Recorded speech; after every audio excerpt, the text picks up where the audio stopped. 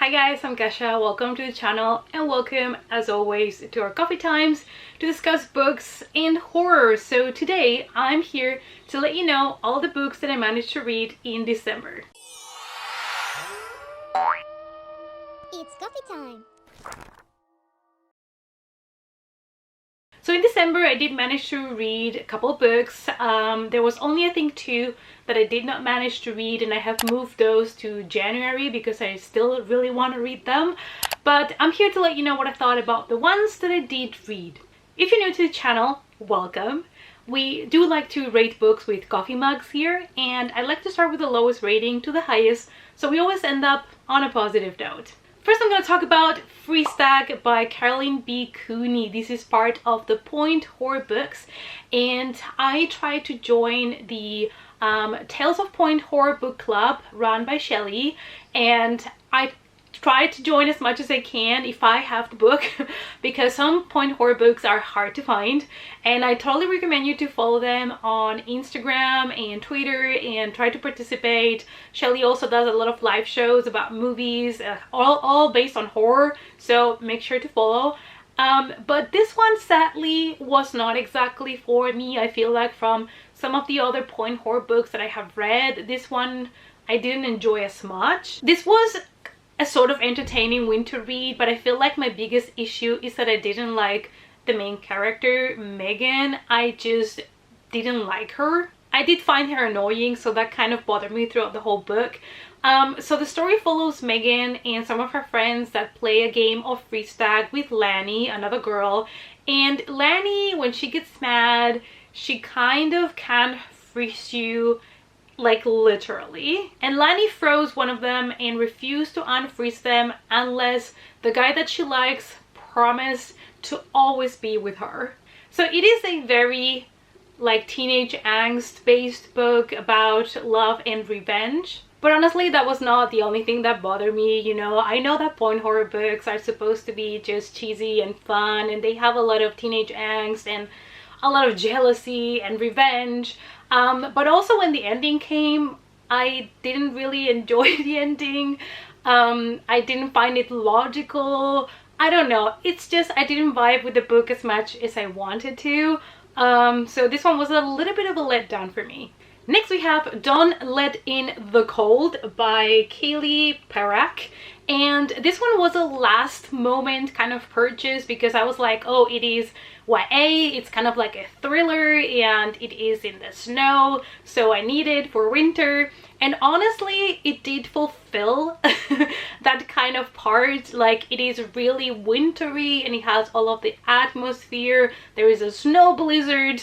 It's just when it comes to the mystery, the thriller part, it was very standard, so there was nothing extremely let's say fresh to the story. But I still feel like this would be a great winter read if you guys want a YA thriller. Lottie and Jade are stepsisters, and the parents decide to leave them alone by themselves at a cabin isolated in the middle of the mountains.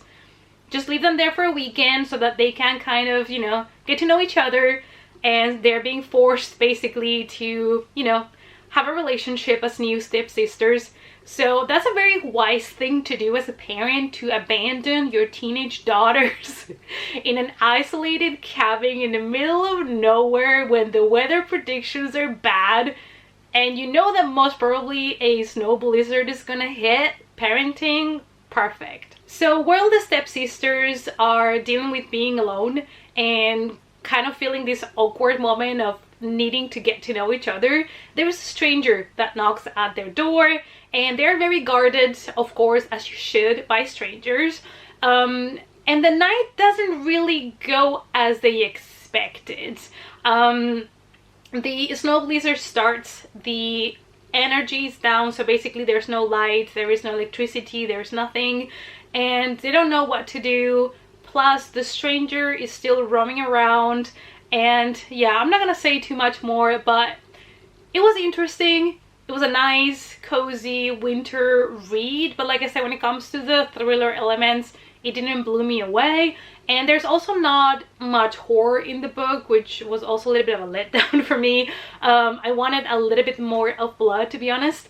But if you're only looking for a thriller for winter, this might be one you want to check out for next year. Next we have The Vanishing of Evelyn Jones by Phil Hikes. This is book 3 in this spooky middle grade series, and these are also such fun, cozy reads, and the third book was no less. So Evelyn starts investigating the disappearance of her uncle, and she is determined to find what happened to him. She starts to kind of follow, like, to trace the last steps that his uncle did, and she ends up kind of in a pickle. She ends up, of course, in danger, and together with the help of 2 of her friends, they're gonna try to figure out how to survive. And it was quite interesting. I really enjoyed it, and I like that every story is so different. So all 3 stories are completely different and deal with a different topic, so they are really entertaining. They're not repetitive at all. And in this one, Evelyn is going to have to face her worst fears, literally. So this is another great winter read because it's based in winter, but any of the Evelyn books, I feel like they're perfect for fall and winter. Next we have Mind of Winter by Laura Geschuske, and this one was a very odd, interesting read. I feel like this book is one of those that is not going to be for every type of reader. It is a very slow burn book that also tends to be repetitive with certain things, but it all has a purpose when it comes to the story. That repetitiveness that it has, I feel like it's done on purpose, and it's really atmospheric, but again, really slow building. There's also no specific chapters, which is something that I don't really like in books. I like to have like ends of chapters and beginnings. But again, that didn't really bother me as much. It does bring some good suspense because we are trapped with this mother and her daughter at a cabin in the middle of winter, in the middle of a snowstorm, a blizzard, and you know, her husband and the family members that wanted to join for some Christmas food, they are unable to get there because of the weather conditions. So our main character is trapped home with her daughter, and a lot of the story is basically the thoughts of our main character as she reflects about her life, about back in the day when they went to Russia to adopt their daughter and everything that happened, and her daughter's behavior when she was small, when she was growing up, her daughter's behavior now, and if possibly something followed them back from Russia. The story is very dark and disturbing, and it does deal with adoption and motherhood, and I enjoyed it. It was really well written, but again, the really slow pacing and the lack of a chapter break at times made it a little bit more of a chore to read.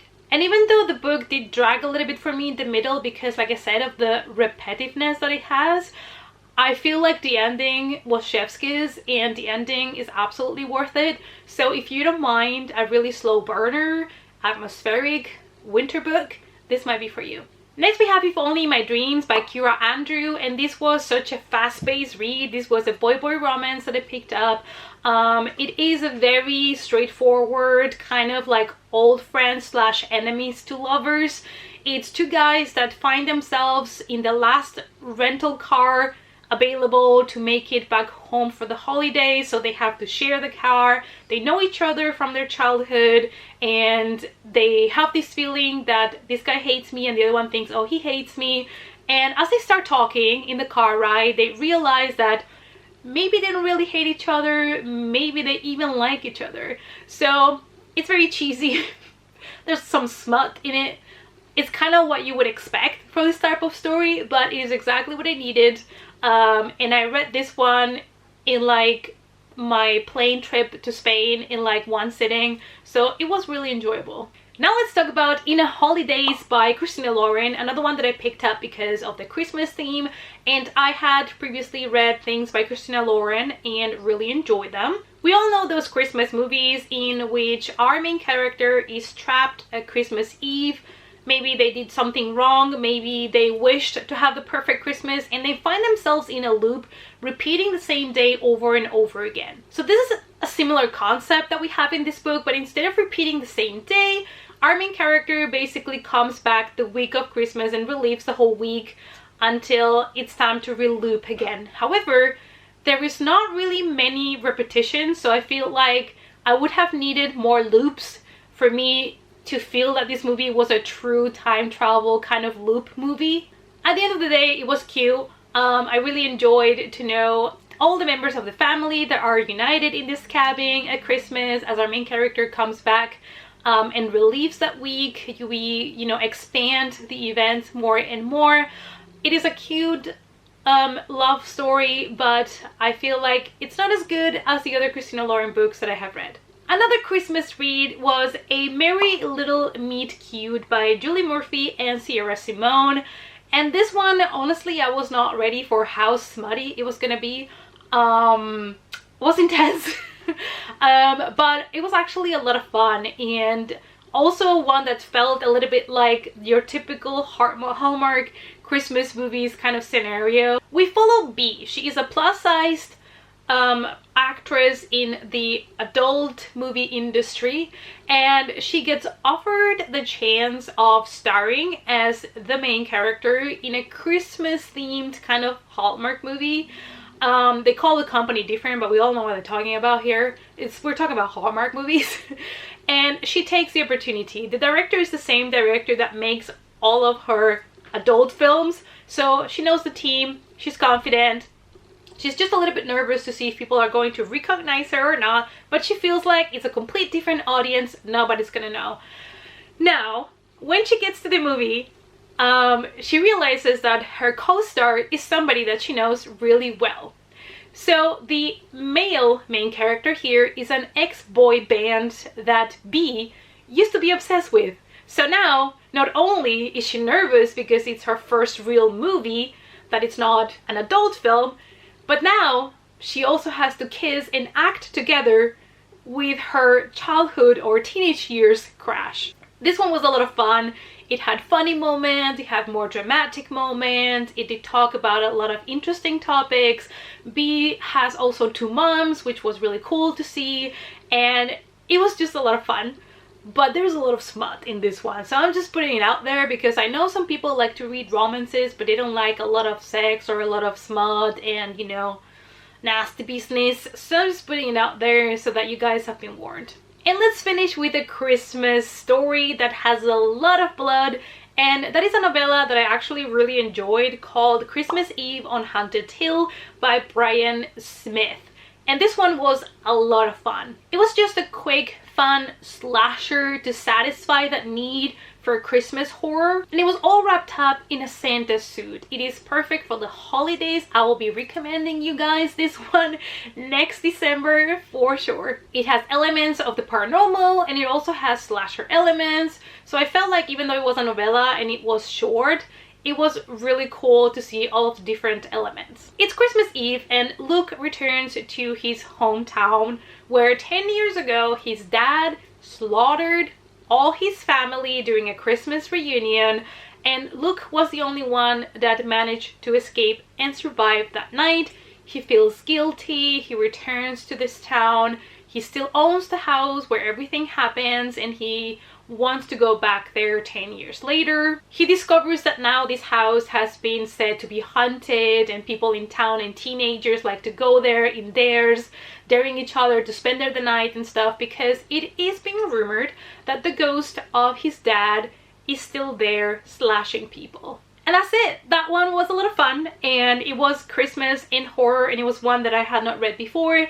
Really enjoyed it, really recommend it to you guys. Alright guys, so those are all the books that I did manage to read in the month of December. I know there's a lot of romance in December, but I wanted to get that cozy Christmas vibe for the season, and yeah, but I had a lot of fun. I'm hoping to find more horror Christmas books that I have not read yet for this year, but we shall see. I still had a good time. I managed to read quite a lot even though I was on holiday, so I was a lot with my family and friends and stuff. So all in all, I feel like I did pretty well considering I didn't have as much time as usual. Let me know down below, what did you read in Christmas? Do you like to read Christmas themed books and watch Christmas themed movies? Let's talk about it in the comments down below. Thank you guys as always so much for watching, and I hope to see you all in the next coffee time. Bye!